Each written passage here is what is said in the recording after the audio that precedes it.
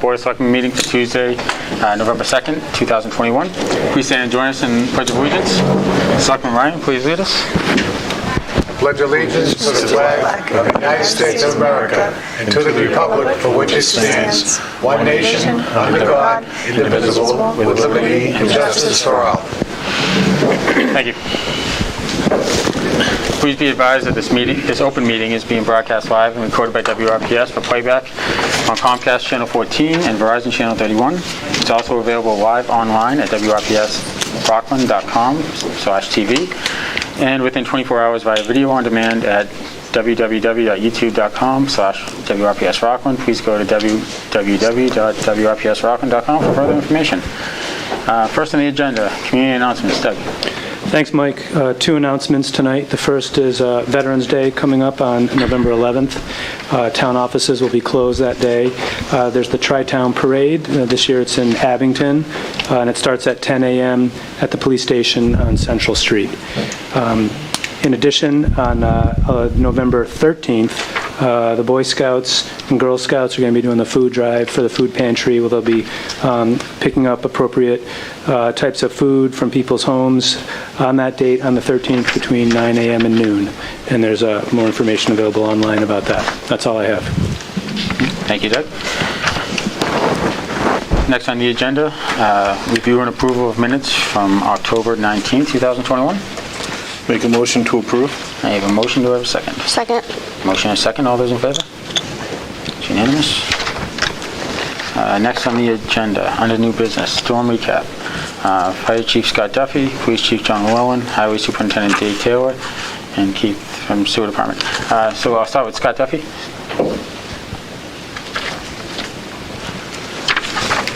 Good evening, Chief. Good evening, Board. How are you? Good evening, Scott. Good, how are you? Good. Just a quick recap on last week's storm. Came in, obviously, early the 27th morning, left 27th night. Unanticipated damage to the storm. I think it was probably one of the worst storms that we've seen in a long time, and we've been on without power. Just from fire department perspective, from the evening of the 26th through the morning of Halloween, we responded to 172 incidents. That's what's been reported. I think it's going to go higher as the officers finish up their reports. So I would say we're probably closer to 200 over that time of frame. Typically for that same period, we'd respond to between 54 and 60 incidents. Just on Wednesday alone, we responded to 67 incidents. Most of them storm-related, trees down, trees on houses, power lines down. Widespread damage throughout town. I think National Grid did a phenomenal job on getting power restored. They had it was a Type 3 event, which usually means 72 hours after the initial 24 hours. Usually the first 24 hours are related to cutting and clearing lines, getting roads back open, and then the next 72 hours, 3 days, would have been restoring power to the residents. I think they even started that earlier, and I would say most residents had their power back on within 48%. I have to thank the firefighters. They did an incredible job. Most of the department came back on the callback during the middle of the storm. We held over the day shift. They did it without complaint. And then we staffed up extra for that evening, and they really worked hard. On an emergency management standpoint, again, just an unprecedented storm. We did open a warming/charging center at the senior center, and I want to thank Peg Bryan and her crew down there. They made food, coffee, beverages for everybody that came in. We had around 200 people served that came in to use it that typically wouldn't be using that venue. I saw addresses, Rockland, Abington, Whitman. We were one of the only towns around that did open up a warming/charging center for people to charge their devices. And that was run by the CERT team, the Community Emergency Response Team. That's a group of volunteers that is led by Christine McGinnis, who works down in the Rockland Police Department.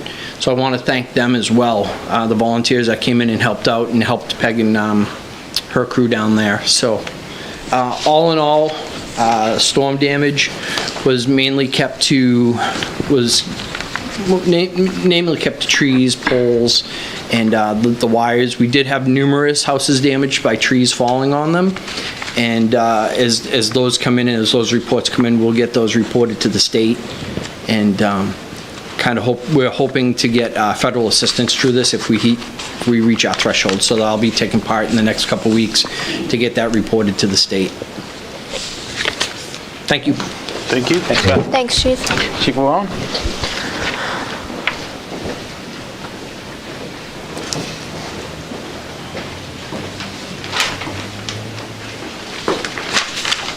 Good evening, everyone. Chief. Doug, thank you for the opportunity to come up and just, again, I'm not here to toot the police department's horn or anything. What I'm here to just report on is the level of cooperation during this storm is like nothing we've seen in the past. Our calls for service continue to go on. And I just looked this evening before I came down just to get an idea, I'm sure the same as Scott, just what the guys dealt with over and above, the 8 arrests that we had between Monday evening and Friday morning, that sort of stuff, and having to house those prisoners and that sort of stuff. But we had 21 calls for road obstructions between Tuesday and Thursday morning. Now, those road obstructions were obstructed for no more than 5 minutes, 10 minutes tops, because Dave Taylor and his crew was right there with us as the calls came in. I don't know if he had his front end loader or what he was doing, but my guys would just report on the air within 10 minutes, highway cleared the road, everything's off to the side, what do you got next? And they moved on to the next one. So, of course, with all that going on, the power coming up and down, we had 25 alarm calls in one day, so the guys had to respond to each and every one of those calls as well.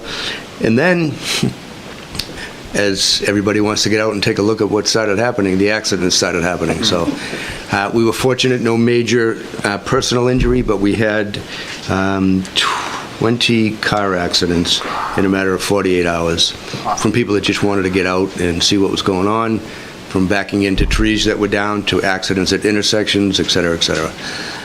I also want to give a shout out to the Regional Dispatch Center. I know they get some criticism now and again, but those guys did a great job. They kept everything in line.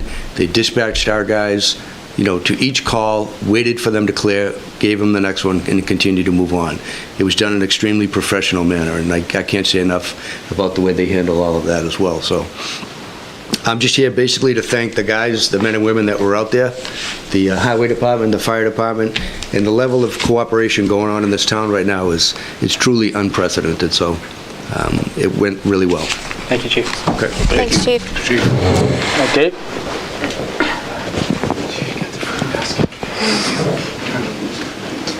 Good evening, Dave. How you doing? Hi, Dave. Probably just honestly to reiterate what the chief said, both of them. The level of cooperation during the storm. I mean, we had a crew out very early in anticipation of the storm, around between 3 and 3:30. I got called out between 4 and 4:30, and it just. I think it's honestly the police have been telling me to use the radio. I'm not a big radio guy, so I got to use it really is. So I'm like, everybody's like, you got to start using the radio. So I have the radio with the fire department, the police department. We used it on the last storm. I just think honestly, not to sound corny, but I think the rapport between all the departments and the cohesiveness between the departments, and honestly, we all trust each other, and that's a big thing when it comes to a storm like that. We tried to get out there. It was honestly, we went into sections where it was, move off the road format. We'll come back to it later, and we'll work with National Grid, clean up their mess, and I thought the whole thing was coordinated really good. I mean, it was really like controlled mayhem from like 4:30 to like 7:30. But I thought on the level of the storm and how everybody, cooperated, I think that was the biggest thing. I mean, kudos to anybody that was involved between those hours there, and then after that, I know everybody got extra staff in. We had extra contractors coming to help us. But it was an unleveled storm, like everybody talked about. We had 150 tree calls, so 150 trees down or large branches. That's just what we dealt with. So then on top of that, maybe I would say at least another 50 on private property that we went out and looked at. So, 200 trees in town, that's a big hit. So, and then even like, we had pockets like Millbrook that had like over 50 trees down that just fell over. So, it's unprecedented. It's a big storm, and we've had guys down at our department for 25 years, and they've never seen anything like it. So that's, that's saying something, So, kudos to the staff. All the guys just kind of hunkered in and worked hard. And Sue down at the department, my admin, my assistant, so she's keeping track of all the FEMA with the chiefs, so we can, and then hopefully we reach our threshold on that, and we can, we can go out and get a little bit more done. So I think that's about it. Any questions on it, or? We'll go through Keith and then we'll go back to questions. Thank you. Thanks, Dave. Thanks, Dave. Appreciate it.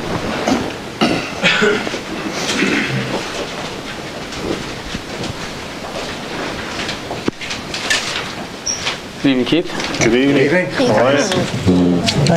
With the outages, with every pump station was down, even the main treatment plant. We had to work on backup generators, and 6 of the stations have no generators. That tag along actually seized on us. And Chief Duffy was amazing, helped us out with MEMA, and the town of Norton lent us a generator. We just went out there, we got it, and we were able to keep everything going. We had no sanitary sewer overflows, which is a huge accomplishment, especially under the circumstances we're in.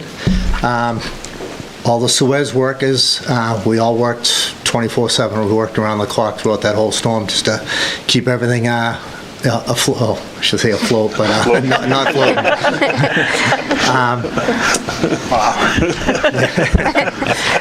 Dandel Construction, I thought when everything was all set, and Chief Duffy called me, he's like, I hate to do this to you, but we had 5 utility poles on one tree come down, and the middle pole ripped out our force main. So, Dandel Construction, they came right out in the middle of, before the middle of the night, but it was after hours, and Holdley Supply, they brought stock out to us when their offices were closed. So it was just everybody working together. And then National Grid, we had a foreman from upstate New York, and the line workers were all from New Brunswick, Canada. Just coordination with them to, us doing the sewer main, and them with all the utilities that were in the way, just working together was phenomenal. And ended up giving them my cell phone, and didn't stop all night. They're like, all right, we're moving on to this location. So markouts continued on all night. That, and then Highway Department, opening the roads for us to be able to get to where we needed to go, and Police Department being right there too to help us get along. So definitely coordinated efforts by all. Great. Thank you, Keith. Thank you. Thanks. All right, any comments or questions from any of the members of the board? No questions, just, this is, I know I've said this a few times, particularly with this group in the room. Every time that, since I've been around, every time that we've had a disaster, this town has certainly kind of rose above it and have outshone the other towns, and that's a direct reflection on the department heads that we have in place. So for me personally, I just want to say thank you. Makes our job a hell of a lot easier, I can tell you that. So just, I want to say personally thank you to all of you. It just continues to kind of amaze for a little town, and just outperforming everywhere, everyone else around, so thanks. Anybody else? I actually have one question. I also would like to say thank you. Each of the chiefs has mentioned that your offices are keeping track of, the various trees down and whatnot for FEMA. Is there anything that you'd want just residents to do to report anything further to you, if that makes any sense? So the residents can definitely report the damages to us. Right. And I have to check with FEMA if they just count the the overall, just the public damage, or if it's the public and the private damage, because a lot of the private damage is covered by insurance, which, FEMA does take that into account as well. So that is something that they can report to us if they would like. They can go on, they can get my email from the website, and definitely report their damage to us. Any dollar amounts always help. So in order for this storm to be considered a federal disaster declaration, the state has to reach a threshold of, it's like $11,758,468. It's a really strange number. Once the state hits that, in order for Plymouth County to be considered a disaster declaration, it's like 2.9 million and change. So I think Plymouth County alone could probably reach that 11 million just with the public property damage and the utility damages that we saw. And then the responses, the personnel time, the debris management, Dave's debris management will probably be the hefty amount on that.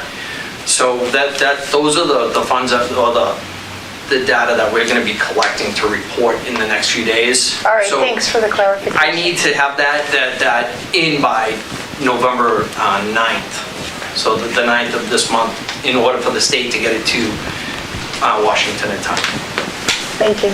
Anybody else? All right, so I wanted to have you guys all down here tonight just because talking to each one of you guys throughout the course of the storm and then a little bit after the fact, I was really impressed, and I thought it was important for the residents to know how coordinated, and I think each one of you guys said it, how coordinated you guys were interdepartmentally with each other. I was driving around a little bit after the storm, and people that were out there on the roads were telling me that they didn't think Rockland got hit nearly as bad as Hanover or Abington, and I started thinking about it. I'm like, we were hit probably even worse, but you guys were prepared for it. You guys were out at 3 o'clock in the morning. I don't know if there's any other highway department locally that was out at 3 o'clock in the morning clearing trees. Dave, I think by the time I talked to you, it might have been 10 a.m. You'd already talked about, every single major road in town being open that had been closed, and a timetable for when the last road, I think Concord Street, would be open. I was completely impressed with the hard work that you guys did and the level of coordination. Like Rich said, it makes our jobs really easy. I mean, I had a lot of residents reaching out asking why you guys couldn't fix their power, within minutes of the storm happening. But I assured them that you guys were all on top of it, and talking to your liaisons at National Grid, and they're asking if I can do it. I'm like, you're better off with these guys. I promise you that. And I just thought it was important for the residents to hear, kind of what goes on behind the scenes, and that people aren't just sitting around waiting for somebody to flip a switch. You guys are out there actively, talking to National Grid constantly. I think 3 of you guys mentioned the phone calls that you guys have, and now Keith, you gave your phone number, so that's going to be ongoing for you as well. So, it's a lot of stuff that goes on behind the scenes just for a town to get the power back, and knowing the relationships that you guys have forged with the liaisons there, I was pretty impressed that I was still seeing parts of other towns around us scrambling for power, a full 24 hours after we got our last section of town on. So, a big major section of town anyway. So with that, from this board, I just want to thank each of you guys for all your hard work over the past week, and make sure you get the reports into Scott to pass on to FEMA, and keep doing what you guys do, because you guys consistently make us proud up here. So, thank you. Thank you, guys. Thank you. Next on the agenda, Hartford Park Recreation Area Open Space Master Plan. Traverse Landscape Architects and Gene Blaney, Recreation Director. Good evening. Good evening. So, Mike, we're just going to stall for 1 second. Gene, we're just going to get your own chair in here. So I will say, I know you guys have worked a ton of hours over the last week, and don't feel as though you have to stick around for the entire meeting. You're more than welcome, but nobody will be insulted if you got up right now and walked out the door. Wait a minute, I'd be insulted. I won't. And Keith is out. Keith, I was kidding.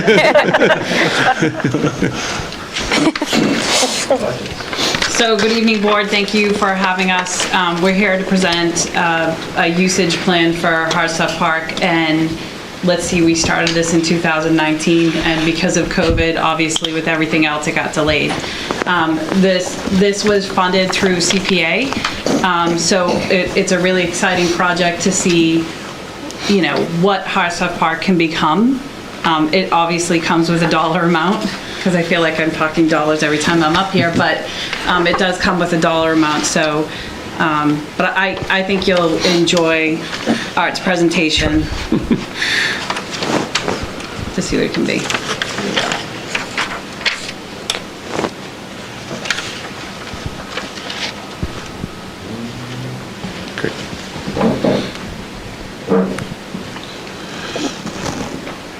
Thank you. Good evening, Board. Again, my name's Arthur Eddy. I'm a owner of Traverse Landscape Architects, or a landscape architecture firm out of Providence, Rhode Island. Just from a experience standpoint, we've worked in Plymouth, Hingham, Abington, Whitman, East, Bridgewater, Raynham. We've been pretty prevalent along the East Coast. We've done a fair amount of work along the East Coast, the South Coast. So it's not unusual for us to work in this area. This was a great project for us. Obviously, it's Hartsoft Park. It's a park master plan. Just to give you an idea, we did, as Gene mentioned, we did start in 12/17 of 2020.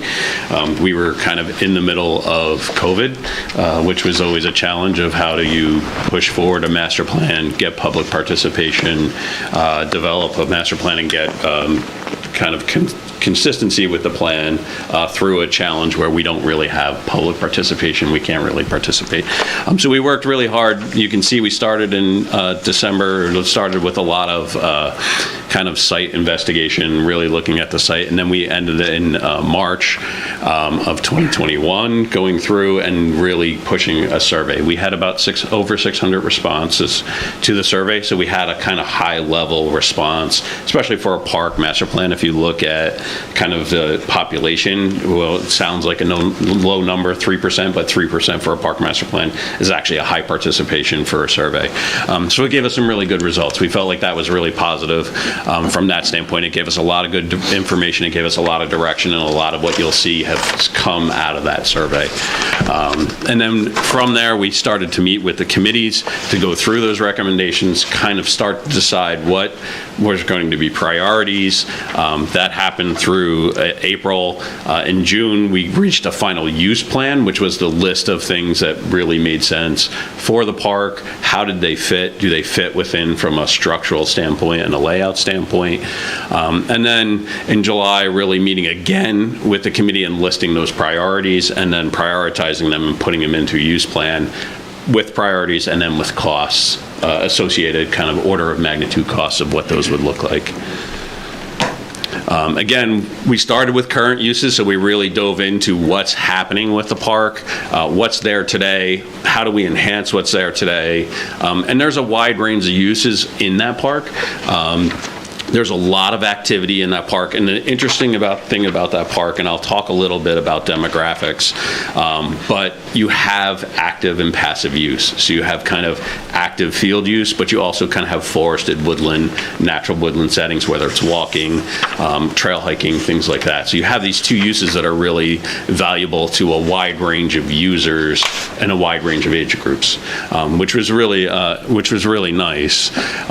We kind of dove in, started to look at where are things, and you can see the park is really divided up into two sections. You kind of have to the north that kind of the active passive use where you have woodlands, hiking trails, you have disc golf, and then to the kind of south you have your kind of active use, which is an athletic field, and your kind of entrance.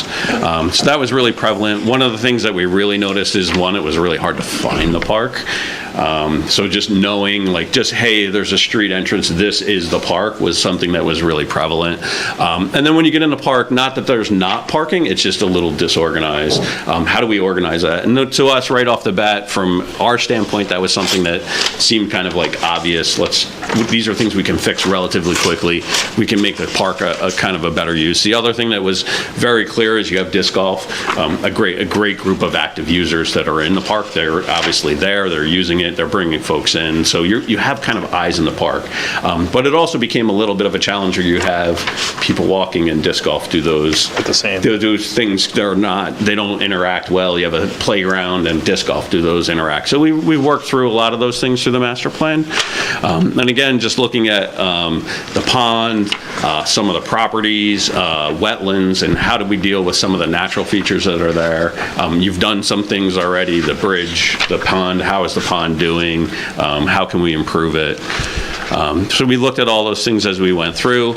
We started to look at demographics, and this becomes pretty important as I went back, because we talked a lot about the senior center versus Hartsuff or other parks in the community, and how do we balance the needs of everybody. So, while you have bike trails, there are some in certain demographics that want to hike. So can we provide those things? Do we balance? And you have a lot of families and growing families.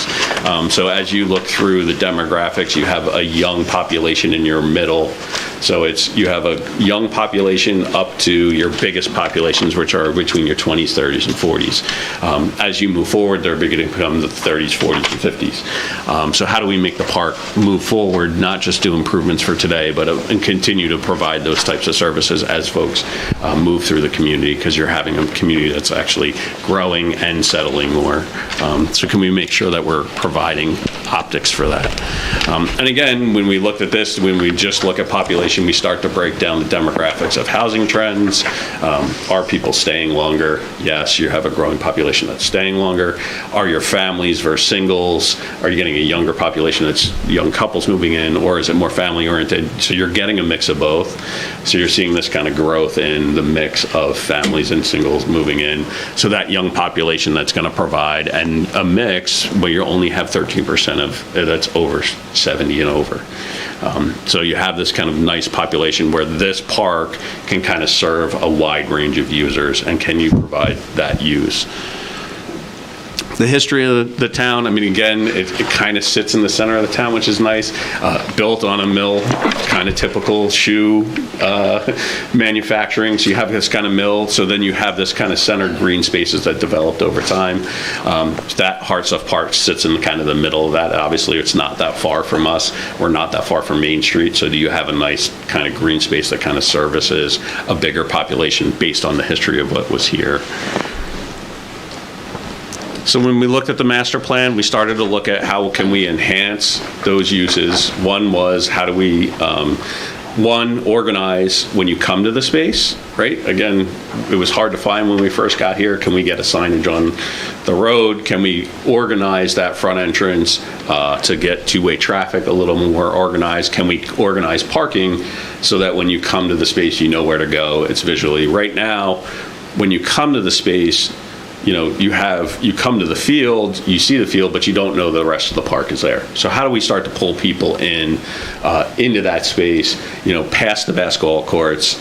Some folks will walk in a little further, they'll see disc golf, they see playground, but then there's a whole pond behind it, and how do we get people into that space? And what we do is we create a series of sequences that create that kind of exploration throughout the park. One is this active use that's in the front. We don't really want to change that because we don't really want to disrupt the forest that's there, but we want to enhance it, looking at can we use that front space for a wide range of uses beyond just active play space. Can we use it for events? Right? So can we have a bandstand? So can we have some type of shelter? The other thing that was really high on the list was restrooms, was the highest on the list that came out of the survey. Everybody asked for restrooms. Right now, you don't have accessible restrooms. You have kind of changing station, kind of quasi-office space that's servicing the parks and rec and also the pond. It really needs restrooms, so that was one of the things on the list. Obviously, that's a bigger ask, and we'll talk a little bit more about how we kind of lay that out, but that was one of the most important things. We saw a real need to enhance disc golf, really make sure that they have expansion and the ability to continue, but can we separate them so that if it's not just disc golf, if there's walkers, can we separate them off the trails, really create trails that are not congruent together? One is for walking, one is for trails. Modern things like pump tracks and active sports, we started to look at, and again, low cost kind of active things. Pump tracks are becoming super popular from like mountain biking, relatively easy to build, relatively low cost. We also had things like the playground with separation of uses. We have a nice playground, relatively new playground, but you have a wide range of users that don't interact. So you have your kind of youth, 5 and under, 5 to 10. We need to separate those users to kind of create play spaces that are active for both users. While we want them to interact, we also don't want middle schoolers and kindergartners mixing together. We want playground space that activates those two uses. So with a more active playground, keeping the existing playground that you have, but just enhancing the one you have. And one of the bigger things was looking at just trail and wayfinding signage. Where do I go? How do I get there? And again, and paths that are more clear, really creating visual stimulation throughout the site so that you're walking through the site, you know where to go, you know, it's not just I get to the parking lot and that's kind of the end of it, or it's just this athletic field, because that's how it kind of feels now unless you're really willing to explore beyond. There was also some overhead structures that we were looking at, again, out by the pond. How do we create that kind of picnicking area and enhance the pond? Improvements to the pond itself, whether it's the pump, really look at what that pump looks like and improving those pumps. So we started to break out areas. Again, we broke out areas based on, and this is a phasing document, so what do we start to look at is what are the phases and what are the costs and priorities. So this is where we start to break out the priorities. And we also looked at costs, so we overlaid this with a cost aspect. So again, looking at that front entrance, 1 is the signage, 2 is that entrance, reorganizing that parking, 3 is fix the pond. Get that pump working. 4 is starting to look at some of the restroom shelters. 5, looking at a multifunction gym, which is further down the road. Again, that's a kind of a larger, having a recreational space that supports kind of all the activity there. 6 was really looking at expanding that playground. 7 was the pump track. 8 was the pass with the disc golf, and 9 was fitness stations, and then finally 10 was kind of that active event space at the activity area. Within this, we started to prioritize, again, as I talked about the entrance signs. And again, I'm not going to go through these individually and individually pricing it. These become, as we talk with Gene, how do we start to fund these? How do we move these forward? But some preliminary costs of what these will look like and where they fit within the priorities. And we did that for kind of each area. We kind of gave a broad structure of what those cost estimates, and again, their order of magnitude. We didn't get into the minutia, but we tried to take as much realism as we had. Things like if we knew there were wetlands, if we knew there were some permitting challenges, that we kind of focused on those things, and started to break all these pieces out into kind of each phase and each kind of cost estimate from that standpoint. Any questions? Anybody have any questions, comments? Anything else? So again, just from this standpoint, I didn't want to dive in. Obviously, there's a wide range of estimates, and we tried to cover everything from overhead construction costs all the way through, and cover each phasing for that stage. Gene, if you put together off of this, like a priority list of the things that, you know, from what are the must-haves to. Rich, it's all a priority. No. Well, that was actually part of everything. So the priority list that these guys came up with, it was all actually part of, not only part of the survey, but part of the group that we had, the focus group that we had that went through this whole project with us. Like, what are the things to knock off well, first? I think the police will actually tell you it's the entrance. Like that's the biggest thing right now is going in and out of that park. That's high priority number 1. And I think if you go through the master plan, like up on the upper right, you can see like the bandstand is kind of like a 15-year project, right? So that's kind of out there. The fitness station is maybe 10-year. And again, we tried to put a structure on what some of those priorities are through, so that everything through, that 5-year. And so when we went through this, like as Gene mentioned, the entrance sign and kind of the entrance drive and the parking kind of popped up as priorities. Something that could really enhance the park, really give it presence. I know that Gene has been working to kind of have events there and start to structure some of those things. So as we talk about those, we did go through each of these and kind of prioritize. And what did they look like from a time frame? So is it 5 years? Is it 10 years? And again, it's a master plan, so it'll obviously constantly evolve. And finance will present itself in a way that whether there's enhancements for there, whether they're there or not, where they come from. But again, just kind of trying to kind of prioritize what that time frame looks like. I mean, Art talked a lot about the shelters. So just over the summer, spring, fall, people are using the grills that are up there all the time. We leave in the summer and there's a whole group of people that use the tents, and I actually had a tent completely collapse this summer on me, so we spent the last 2 weeks without a tent. But, they use that space. So how do you prioritize it? Well, yeah, there's definitely a list of 5 things. I'd say the first 5 things are a top priority up there and could make a significant difference. And there's a lot of things on that list that aren't, it's a lot of money, but it's not a lot of money. They're things that you can easily just submit an article on for town meeting.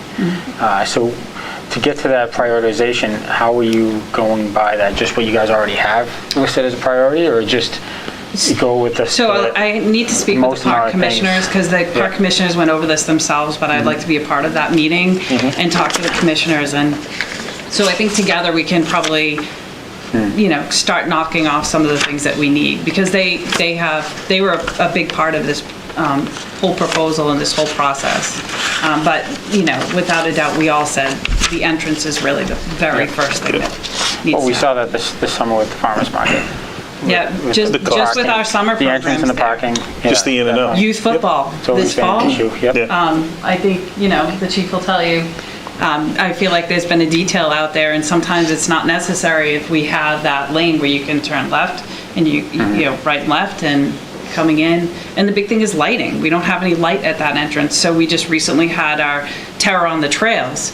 And poor Nick Cioli had to stand out there, and he was fluorescent head to toe because he said, "Gene, you don't have a light out here." And I'm like, "I'm so sorry, Nick. I didn't realize that." So, yeah, it's just some of the things that you realize once the park gets more and more use.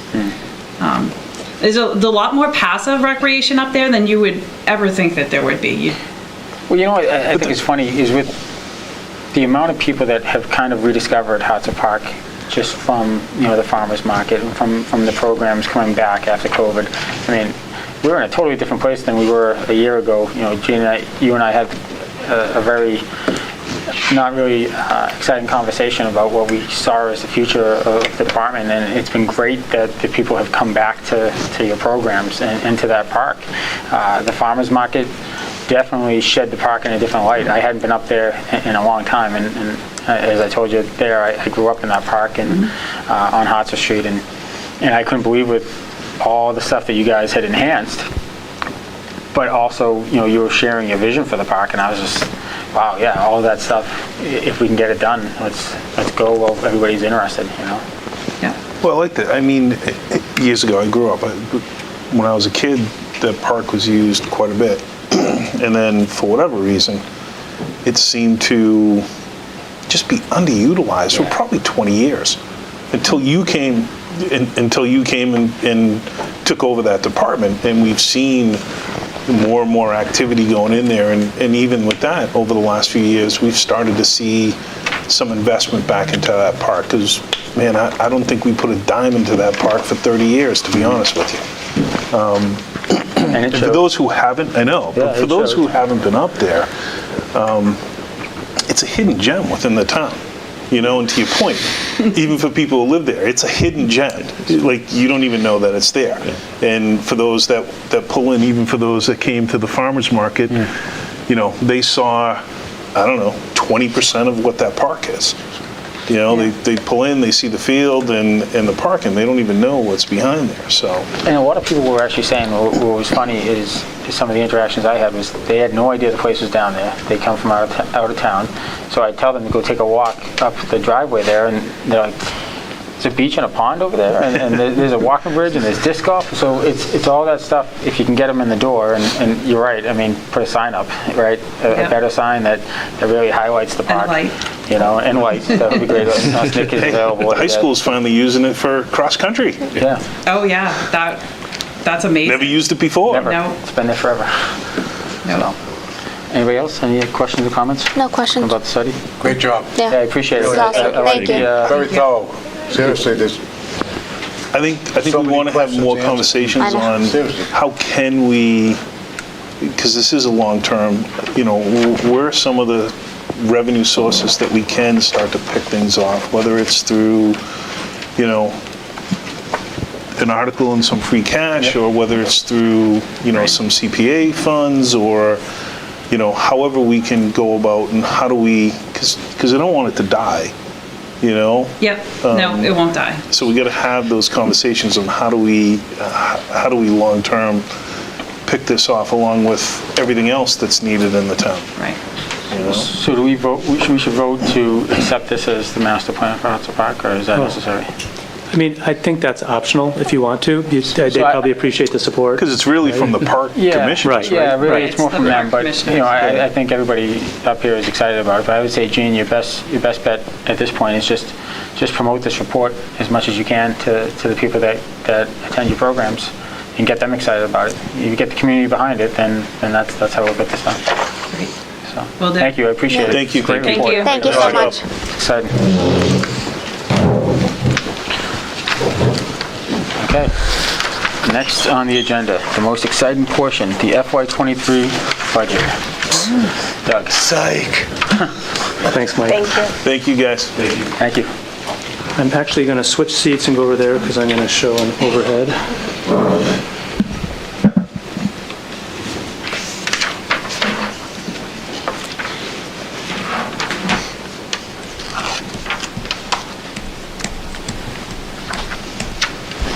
Before I show the overhead, I just thought I'd start with the budget calendar, which I put in your packet and sent to the Finance Committee and the Capital Planning Committee. I'm not going to go through and read the whole thing, but I'll just start with the beginning, which is starting in November. We're going to be sending out our budget request forms to the department heads and the capital request forms. So we've already sent out the capital forms. We're having them do a little bit earlier this year on December 14th, because that's going to help us plan better and go through the whole process of having department heads meet with a capital planning committee before we have to get the capital plan finalized. The one thing I'll just sort of highlight that's a recurring theme for me and for the whole financial team is that the deadline in the charter is really kind of unrealistic. It requires that you guys submit a budget to the Finance Committee by December 31st. And it's just, we get that done every year. We will have a budget presented to you, which you'll then be able to forward to the Finance Committee. But in my opinion... Changes 18 times. Yeah, it's just too early. We're still looking at numbers for a long time. So that's one of those charter changes that I would like to see done. There's really not too much different in this calendar from prior years. It basically just gets us from now until annual town meeting on May 2nd, 2022 in a realistic time frame. So I'm happy to answer any questions and update this as if needed. All right. So the next thing I wanted to highlight is something which, when I first started, the Finance Committee Chairman, John Pumphrey, I think he attended a conference and was asking about whether we could prepare some type of financial dashboard, which he'd seen in some other communities. And, we talked about it, and there's just been so much going on. I frankly just haven't really been able to get to it until now, but it's something I wanted to take a first stab at. And So what I have for you here, and I want to just stress, this is a first draft, this is rough, and I haven't even shared it with the full financial team yet. So this is going to be a working document. The intent of it is to share with you and the Finance Committee some key financial indicators for the town. And it's something that will continuously be updated. So whenever something's new, we'll plug in new info. And it's the type of thing that I tried to think of issues or indicators that are frequently asked about. What's our tax rate, and are we close to the state average, and what's our bond rating, and what's our stabilization, all those kinds of things. So these are kind of frequently asked things, and things that in general are considered indicators of a community's financial health. There's a lot of other things out there too which we could work toward that are kind of more complicated indicators. So I wanted to start simple and let it evolve from there. Another thing I'll say is, when I started this, I only had a few boxes, and I had them color-coded just to make it easier to read. And then as I started putting more and more info on there's a lot of colors. And then, one of the things I was thinking about recently is, it might make more sense to have everything be standard, but then as we are able to identify things as favorable or unfavorable, maybe they all get the same coding. color. Yeah, so if something's bad, they're red, and good is green. So that's something we can look at in the future. So I'd like to just quickly go through this, each of the boxes. So in the upper left-hand corners, our current tax rate. We're having the tax classification hearing at our next meeting, so that is going to change, but it's currently $17.28 in our average single-family tax bill. And I think it's important to see where that rests within the statewide average, because again, tax rate is certainly an interesting number, but I think all people really care about is what do they actually pay in their tax bill. So I think that's an interesting number. Going to the right, our property tax collection rate. This is really important, because if that rate gets too low, obviously, it's just like any business, if any business person can't collect their collectibles, business is going to fail. So we're at over 97%. That 97.22 is the FY21 number I got from Judy, from the collector, and I consider that to be a favorable indicator. That's high. That's good. Similarly, our bond rating, which we recently had done again with the school bonding, we maintained a AA stable with S&P. That's a favorable rating, and especially given all the strides the town has made over the past years to get to where we're able to keep that rating. So our bond rating's good. Our reserve fund appropriation, $199,000. We have $177,000 available as of today. After the 200 trees Dave Taylor talked about earlier, it's probably going to go down Down a little bit. Going to go down a bit, but that's where we're at now, and that's something the Finance Committee always asks about. Going to the right, our stabilization fund, so we're at a little shy of 1.5 million, and I'm not factoring in the 265,000 that we took out from McCarthy Farm, because our intent is to put that right back in May, so that's an in and an out as far as I'm concerned. I think the key indicator there is the percent of our current operating budget. It's 2.1%, and that really is unfavorable. It really should be, and we know this already, but we checked, and the state guidelines really put it up closer to 3 to 5%. So we should really look at essentially doubling that number over the years to come. And, that's a goal that we're going to have to continually try to replenish that and keep it for emergency use only, which is what we've done. We've really taken funds out of there. Our most recent certified free cash on the left there is $2.1 million. That's good. State aid as a percent of total budget right below there on the left. So that's sort of interesting. On the one hand, some folks might consider that to be a good thing that we, get a lot of state aid. It's a good thing in good times. It's Bad thing in bad times. That's exactly my point. We're over 20% of our budget, is completely out of our control. And as we've seen most recently with the Student Opportunities Act in Chapter 70, we were literally this close to getting another $800,000 to help our school department budget. 7 students. Yeah, for 7 students, some minor changes, and yeah, it's tough. Crazy. So that's, I think, at best saying uncertain to unfavorable, because it's just hard to really see where that's going, and that's definitely a frustrating dynamic. So going below that, this is something I decided to add, our capital investment needs. So I'm calling this unfavorable because we have a lot of needs, a lot of deferred deferred investment that we need to make. The sewer plant and collection system, I put 50 million plus. It's going to be tens of millions more than that, but that was a number in the study, but we know it's going to be a lot more than that. The chief was here at the previous meeting with our consultant to talk about the need for a new station and new staffing, and this is only talking about the capital component of it, roughly 20 million for a new station. That's not even talking about an additional station, nor the additional staff we'd need to staff that additional station. Community center upgrades, we've done a feasibility study, presented that to you a year or so ago. If we were going to properly renovate the McKinley building, that's around 23 million. And this last one you might not even be aware of. I'm not sure if I've mentioned it before, but we are going to have to cap that Pleasant Street landfill. That's currently uncapped. We have a CDM, the engineering firm, does regular testing and reporting to the state DEP, and we've been told, I don't have an exact time frame, maybe it's within the 5 to 10 year time frame, it's going to be required, and that's going to be roughly $5 million.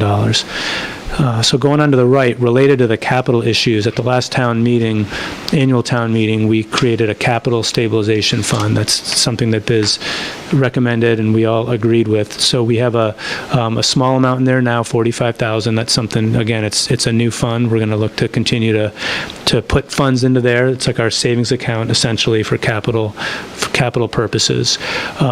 We also recommended that both water and sewer create similar capital stabilization funds. So the water department did endorse that, and we voted that at the last annual town meeting. They put $100,000 in there. That's a great start, so we know there's a lot of needs the water department's going to have over the years. The sewer department, the sewer commissioners did not support that when we initially proposed it. Any reason? I think it was something new to them, and I think I'm not sure. I think maybe they just need a little bit more time to process it, but we urge them to endorse this, and we would ask them again to put that on the warrant at the next annual town meeting. We know the sewer department has a lot of needs. They're an enterprise fund. The sewer department needs to collect revenues from their operations to pay for their operations and to pay for their capital improvements, and this is one step toward doing that. So I hope they endorse that in the future. And then in the bottom right corner, if I do end up color coding these, red being bad, that's going to be bright red. I should just put unfavorable on there now. So, we all know what OPEB is. It's a $100 million liability. In my opinion, a community like Rockland being just shy of $900,000, that's actually pretty good, relatively speaking, compared to other similar towns.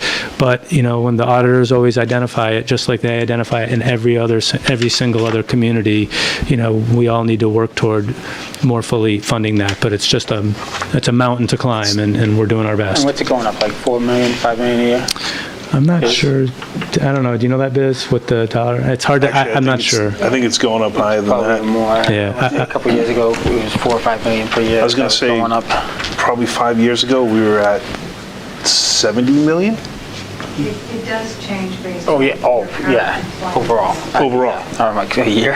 No. Like, wow. No, so it was about 5 years ago, we were at 70 million, so it's about a 30 million. Yeah. So it's climbing at a... Good rate. I don't know if it's a good, maybe an alarming rate? Yeah. I want to say like about 10 years ago, so yeah, that's probably about right, because I remember we presented, it was like $56 million at the time. Yeah. To see that at 102 with the things that we've done for, the OPEB trust balance. I mean, That's when we really started addressing it a little bit, but yeah, it's... Yeah. I mean, some of the really wealthy communities have actually passed tax overrides where they have a dedicated, 3% or something that's just funneling it right into OPEB. And, we're not able to do anything like that. So we're going to do the best we can every year, sack money away into stabilization, put money into OPEB as best we can. But it's... So I feel obligated to put it on there. I struggled with should it be on there or not. I think it should be, because it's something that, the auditors highlight, and it's important, but we're doing the best we can.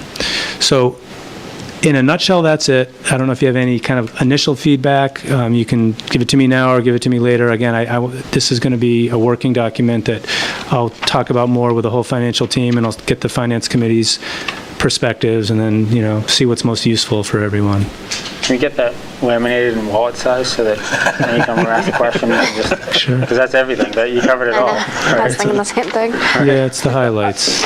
You know, and Doug, that, Biz, I like this. This is Yeah. Yeah. you know,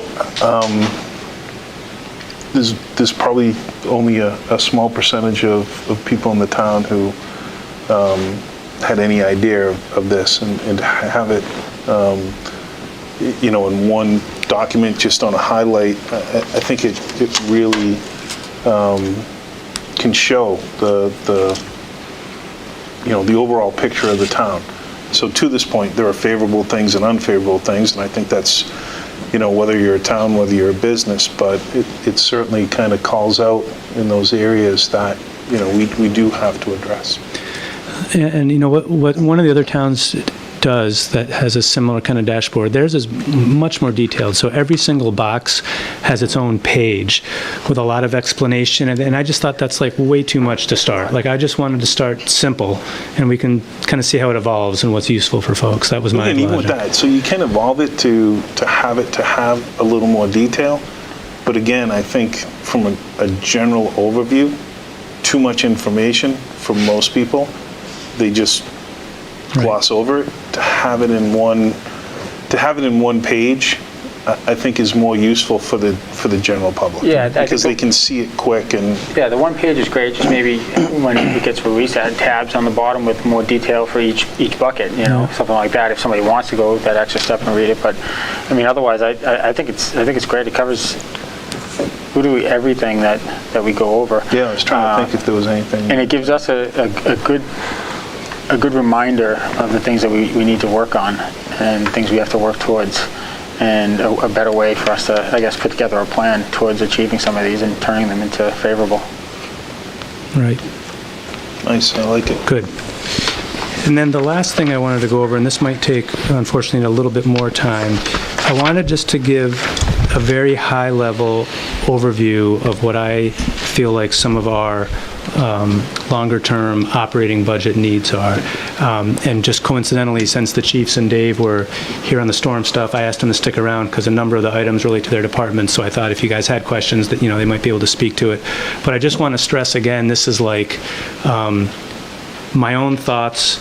I haven't really spoken to the full financial team about it, and I haven't spoken to every department head about it. So there could be other things that make it onto this list. These are just things that I've already been aware of since I've started, and I haven't even begun trying to prioritize these yet. So that's why I put them in alphabetical order. But I just think now's a good time, just again, high level, just to talk about what some of our operating budget needs are. And I stress operating because that box in the lower left-hand corner, there's other things in addition to that. But so Board of Health, this is, no one has actually approached me asking about, you know, additional funding or staffing for their operating budget. And these are just kind of my own sense is, you know, seeing how we've still been unable to get a public health nurse in. I know there's a new grant that's out that we're going to be applying for. There's other opportunities there, but just, I think that's just something I want to keep my eye on. In my opinion, that's not going to be at the top of our list, but I just think that's something I want to keep my eye on. Next is the clerical union salary compensation study. I don't have the exact impact on that yet, but that'll most likely might even be number one on my list because we're required to do this in our collective bargaining agreement, something the town agreed to a while ago. We're going to get that done, and we'll bargain that in the union negotiations and come up with something for FY23. So that's important. Similarly, I want to do the same thing with department head salaries.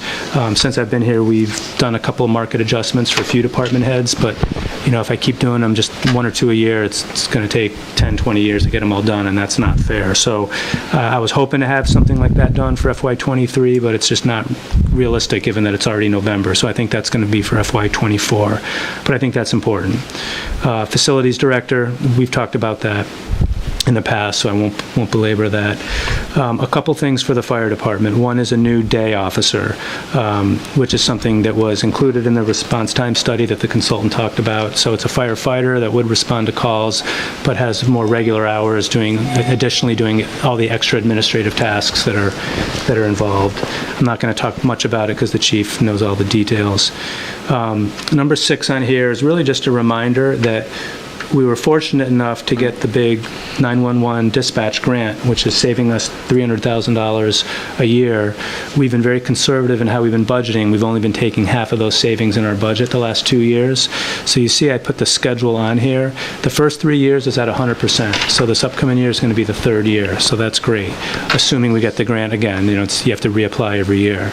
But then year 4, it goes to 50%, then down to 25, then it's gone.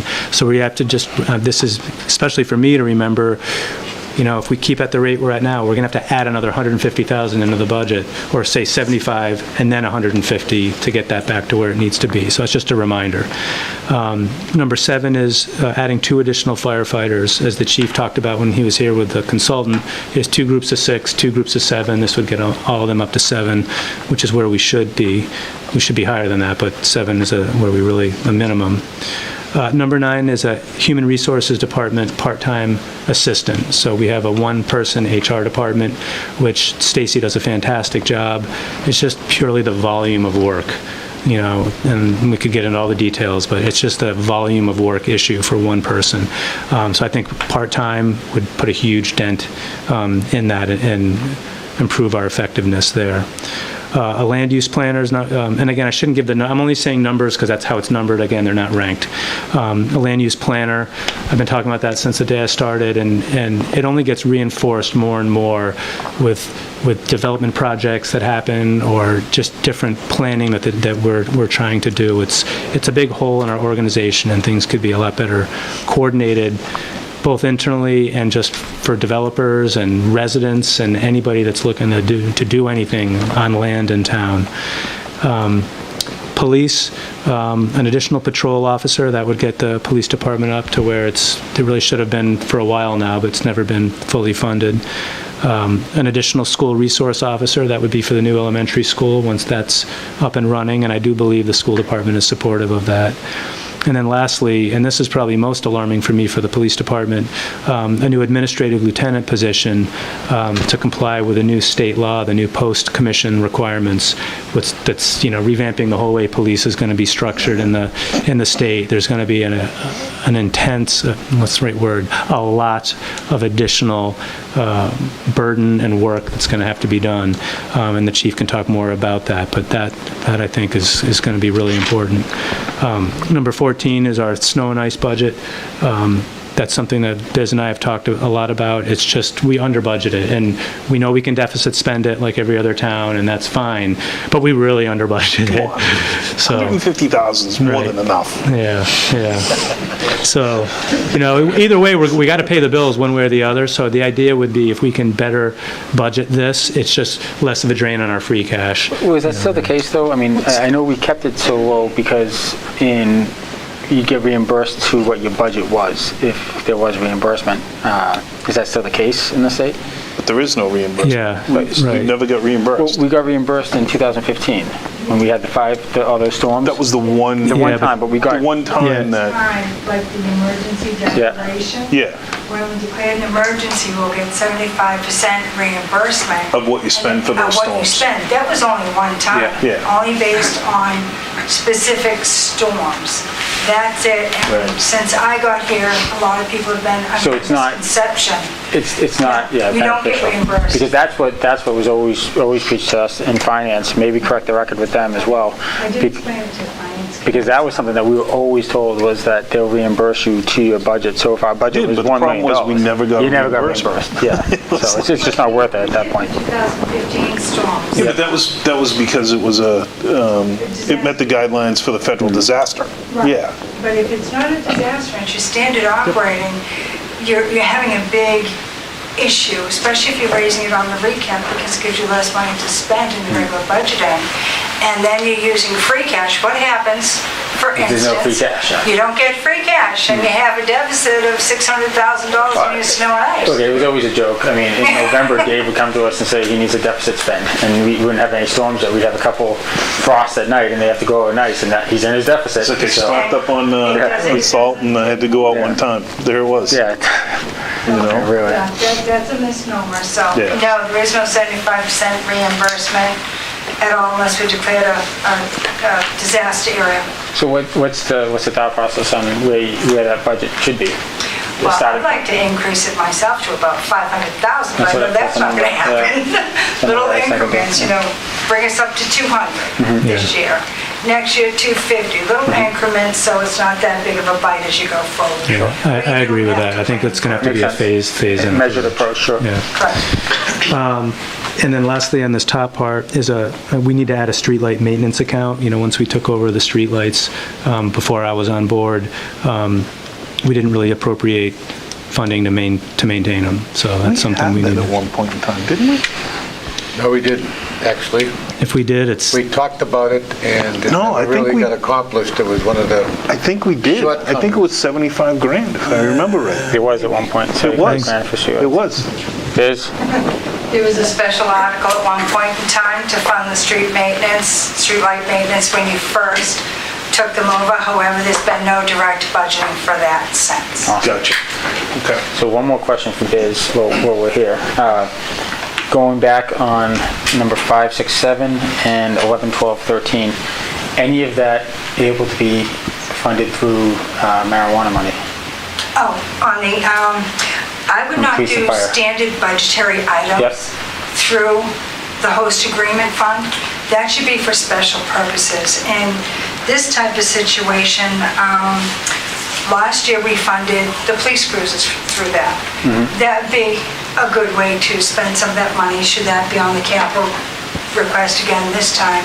So capital purchases, I think, would be good from the host agreement, but what I saw since I've been here is you've got substantial host agreement money back when the base first started, and that money was Oh, yeah. used up very Oh, yeah. quickly. So taking the conservative approach of what we can do going forward, because this only lasts 5 years. So what about in a sense of delaying some of these bills from coming online sooner, like say... I'm sorry? So look at like the 911 dispatch, we're in year number 3, then 4 and 5. Could we supplement until we get to a place that we have a funding source for that? I would not, Yeah. because it's one-time revenue Yep. Yeah. that you use it I'm for just asking the budgetary. question, It's putting it out not, is not recommended. Yeah. But each year when we do the budget, we work with the fire chief and we leave that budget intact. So the fire chief is going to come back and he's going to say, I need $310,000 this year for dispatch. We leave it there so that if we don't get the grant money, we can still Can still use it. manage. Yep. Or if it's determined we don't need that money and we need that asset in another area, we can reappropriate out to another use if necessary. But we're keeping it in the budget as a reminder of what our future is. Yep. Perfect. All right, Doug. yeah, and I would just echo part of what Biz said, which is, you know, after the 5 years are up, there's no obligation for them to continue another host community agreement, so it'd be tough to have a recurring expense and then the revenue Yeah, that we we're paying can't. for it. Honestly, that's one of the issues that this town had 10, 15 years ago. Right. You know, if it's not a reoccurring funding source, we can't be using that for operational. We need it, Exactly. we can use it for capital, but we can't use it for operational. That's crazy. Right. And then I put underneath the streetlight maintenance plus school department needs because, you know, we've already had a meeting with Dr. Cron and Jane Hackett and Dan Biggins, and we know that not so much this upcoming year, I shouldn't say exactly, but certainly within the out years, you know, they're going to have some budget constraints as well. So I'm only speaking to my items, but I feel like I should also highlight that, you know, they're going to have their issues as well. And then I initially had one long list, and then I separated it between what I just described, which have additional costs, plus a second subset, which are things that I think we could accomplish, but would not require an increase in general fund spending. So on the bottom, again, non-prioritized, the first thing is a Community Preservation Act coordinator. So, right now we have a great CPA committee. They do an excellent job, but they all have regular jobs, working full-time, and they attend meetings at night. And so when applications come in and follow up on projects, there's, it's left to volunteers. And what most towns do is they just use some of the CPA admin funding dedicated towards some kind of part-time person, or even a stipend for an existing employee to work extra hours to help with those admin tasks. So I think that's something we should really look closely at doing, and I think the committee would support that. Right now we have custodial, I'm skipping to the next item now. We have our different custodians in different buildings, and they're all kind of separated in different budgets, but then they also help other buildings, and it's just cumbersome to manage payroll and things like that. So we're looking at just consolidating the appropriation in one account, and they'd still be working in the same places, but just consolidate the appropriations. Dave Taylor, if you ask him to talk a bit more about the third one, which is drainage, that's something which is not very interesting until it floods, until there's problems, and then you're keenly aware of it, and all the requirements related to state and federal permitting are really huge. So Dave has a thought about an additional laborer that could also do some clerical work associated with drainage, and there's a potential possibly to use some other drainage funds to help subsidize that, but I haven't really looked at the numbers yet. Similarly, related to the highway department, there's 4 areas we've been talking to Dave, and we have some meetings set up with town council soon to make sure we address this the right way. There's a lot of good ideas Dave has about having assessments on projects for drainage, road remediation, paving development fees, and dunnage permits, things which is really peanuts for the developer when they're looking at big projects, but can really help him maintain the infrastructure in the town and not force us to come up with taxpayer, funding to maintain some of this stuff. Develop a revolving fund because otherwise that money would go into I'd have budget. to think. I haven't thought that far ahead, but yeah, you're right. It would probably be somehow segregated. Because otherwise it goes into the general, Right. and then Right. So we'd have to think about how to set that up. Yeah. And again, we're going to talk to town council just about what the right way is to do it. Is it a regulation that Dave adopts? Is it a regulation you adopt? Is it a bylaw at town meeting? We got to figure out, the right way to do all these things. The Parks Department there's a lot of administrative work associated with renting out their fields to the public, to the private, entities. So they've asked me to talk about an admin fee related to what they do. And so I have to get into the details with them, but it's just something I wanted to put on the list because they've asked about it. The next one is a town mechanic, which I think is something that we may have had in the past, and I think has been talked about a lot before I got here, but it's something Dave and the chiefs have talked about.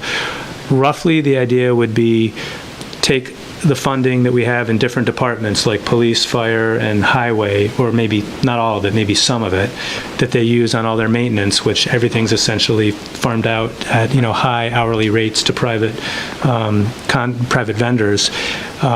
Just pull that money out of there and put it into the highway department so we can hire a mechanic and do all that kind of regular they had one maintenance. years ago, right? Down in the highway department. Right. But it could also work on diesel. I think he was diesel certified and stuff. So that's the idea, kind of going back to something like that. Very selective on whose equipment got worked on. Oh, sorry. Well, I would strongly support a town mechanic. I mean, For our administration. yeah, I mean, and it's funny, if you just go back to when they were talking about all the storm work, like the central theme of their whole thing was cooperation, right? That's everything they talked about, and I think this is another example of how, for all that routine stuff, brakes and oil changes and tires and whatever, like this could save us money and get us better service. I think it could, and get better service. So we got to look at all the numbers, but Then that's... Scott, you gotta slip him a little something to get the fire truck in? Well, in July when there's a fire truck that's broken down, but the sidewalk plow needed to be fixed, that took precedent, so, yeah. Priorities. I'm going to move on to the next one here before this gets out of control. And then the last Sounds one, like he's over it, too. the last one is the veterans agent. No hard feelings at No, all. really, none. So, as we all know, we're fortunate to have an excellent veterans agent. We have him part-time, 3 days a week. There's been a lot of questions, and we knew that, we had a full-time agent. We knew we needed something full-time. Excuse me, but we were fortunate to have this opportunity to get Tim in very quickly. Wanted to see how it went, knowing that we might need to fill that gap. We never cut the budget, so that funding is still there. So Jen and I have been in a lot of discussions with Tim about what we can do to fill that gap, whether, is he able to leave his other community, and if not, maybe we could hire an administrative person to man the office and be able to, field calls and things like that. So that we're still in conversations with Tim about it. I also have a meeting set up for next week with John Melvin and Tony Materna, and I think a couple other folks who have asked to meet with me to talk about it and express some of their views on it. So we'll see where that comes. But the main point I wanted to stress there is that's something that I think we should address in some fashion, but we do have the funding already available to do that, and that was intentional, not to cut that, because we knew we'd need to do something there. So again, these are my high-level thoughts. What's kind of hard for me is, this is a big list, and this is a very expensive list, and realistically, we're not going to be able to accomplish a lot of it just because of the realities of our budget. So, the next task is going to be for me to work more with everyone and prioritize, and then we'll start looking at the revenues. Biz will start pulling some numbers together, and we'll come back with some recommendations about what we think is most important and what we can chip away at. And if you have other thoughts, as always, let me know at any point. That's all I had on the budget for tonight. Okay, anybody, Thanks, any Doug. questions, comments? Thanks, Doug. You good? Thank you. Okay, next on the agenda, other new business not reasonably anticipated? Nothing. I had enough. Okay, number 5, old business, other old business not reasonably anticipated, none as well. Number 6, town administrator's report and correspondence. Doug? I could have stayed over there if I thought to bring my paper, so that's why I went back. Again, I want to start by thanking the chiefs and Dave Taylor. I just want to echo everything you guys said. And again, I know for a fact not every town is as blessed as we are to have that kind of interdepartmental cooperation. It's unfortunately common in a lot of organizations where there's, attitudes where they just have different, they don't do it the way we do it here. And we're lucky and we're blessed, and we're fortunate to work with them. So I want to thank them for everything they did. Next, I want to highlight that there was a press release that the Abington and Rockland Joint Waterworks got a $2.24 million Mass Works grant to help with a Myers Ave treatment plant. That's going to put an additional well online. That's well number 4. And Joe LaPointe explained to me it's also going to help them construct a clear well underground tank. That's a big storage tank. And upgrade their pumps. And he said the net effect of that is going to be an extra roughly 80,000 gallons per day for each town. Good. 80,000 for Rockland, 80,000 for Abington. So that's good work by them and their consultants and Jen to help get that Mass Works grant approved. I've highlighted before, there are some additional grants coming down the pike for the town, but we have to wait for the state to make their announcements before we're allowed to speak to them, so I'm not going to get into any details there. I anticipate for our next meeting we'll be able to publicly talk about those. This next one is sort of an interesting one. So regarding the billboard that we had presented to you 2 options for the billboard overlay district, and you looked at the 2 options and you picked the one. We're still going back and forth. Bob Galvin and I are still going back and forth with their attorney on the host community agreement terms. I anticipate we'll be able to sort that out. It's just taken a little bit longer than I anticipated. The other firm that was looking at the site on the state Mass DOT highway layout or land, they just approached me today. Again, they keep asking me, where do things stand? Is the other thing going to fall through? They're really antsy because they could be up and running like that. So now they've asked about, what's our process for zoning petition articles to see if there can be a second one added. And I explained that there's nothing special in Rockland about the zoning petition article process. We just follow state law. And, I told them when our annual town meeting is. And, but I'm just highlighting that to you now so you guys can think about it. My initial feedback back to the developer was, my understanding is back when that zoning bylaw was developed, there was thought put into it, and there was some conscious decisions made that only one was sufficient, and that we didn't want more than one, or you wouldn't have had that limitation in there. They went back and explained, and I also talked a bit about neighborhoods and wanting to make sure we didn't harm neighborhoods. They talked about how technology's improved. There's like wings or blinders that can be put on and all kinds of things. So we'll see what happens. I don't know, how serious they are, and it's always possible the other host community agreement with the first firm could fall through, and then they could be back, before you again. But I just thought it was interesting, and I wanted to highlight that to you. 3 other quick ones regarding COVID. I thought I'd just tell you where we're at these days. We have 23 cases currently. And we talked about vaccination at a previous meeting, and I think it was Larry that asked sort of what our vaccination rates were. So the latest numbers in Rockland, we have 70% of our eligible population partially vaccinated, and 64% are fully vaccinated. So those are our percentages as of today, and obviously, our goal is higher than that. Regarding the storm, jumping around a little bit, I thought I'd highlight a notice I got from the Board of Health just today, indicating that because of the storm, if any resident has extra trash because of that storm, they're now allowed to place 1 extra bag curbside during the week of November 1st to November 5th, just this week only, and the driver will come out and pick up that extra bag. That's some new information from their earlier public announcement. So again, you can leave 1 bag out. I think you can leave it on either side of the street, and call the Board of Health and have any questions on that. And then lastly, I'm scheduled to have jury duty starting Tuesday next week down in Barnstable. I don't know if I'll actually get called and have to sit on it or not, so I may or may not be in the office at the end of next week. That's all I have. Thanks. Thank you, Doug. Thanks, Doug. Thanks, Doug. Next on the agenda, Selectmen's comments. Comments and opinions expressed by individual members do not necessarily reflect the views of the Board of Selectmen and are the opinions and comments of only the individual member. Mr. Penny. I don't have any. I said them earlier, so thank you, guys. Thank you, Rich. Selectman Needham. Nothing that hasn't been said, well, actually, just thank you. Thank you much. Selectman Ryan.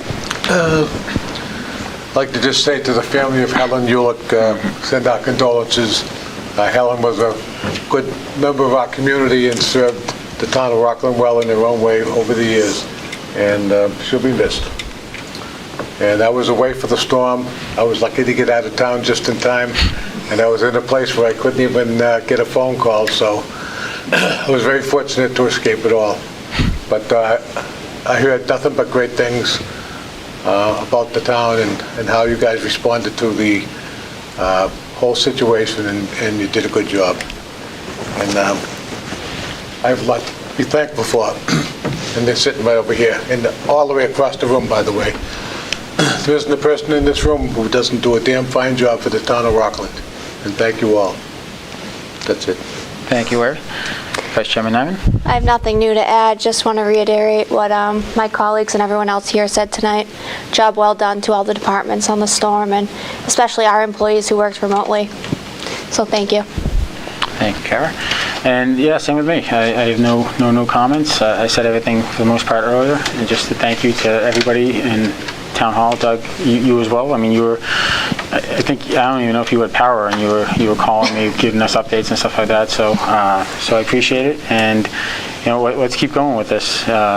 Hopefully we don't have a crazy winter, but it's kind of a dress rehearsal. So Can I say one more thing, Mike? I'm sorry, I should have said this earlier, because I think, Allison and Biz are here as well, and Sue and Jen. I mean, for example, just like you said, without power, we were struggling with our limited cell phone coverage, and, Allison and Biz were making sure we got payroll out, That's right. That was a big one. And all the operations that Dave and his crew are doing out there, they couldn't be doing a lot of what they're doing if Sue's not in the operations center at the highway barn. So there's a lot of other people, and I always hesitate when I thank some and I neglect others, but I wanted to thank others in the room too. So thanks. appreciate it. Thank you, guys. Thank you.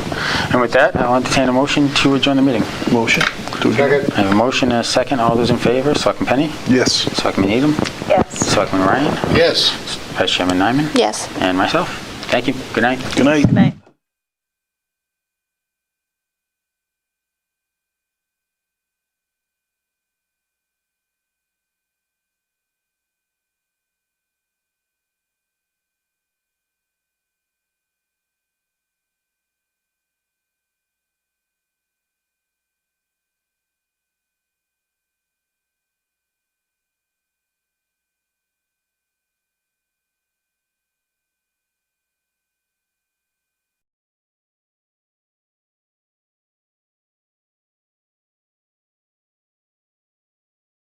Aye.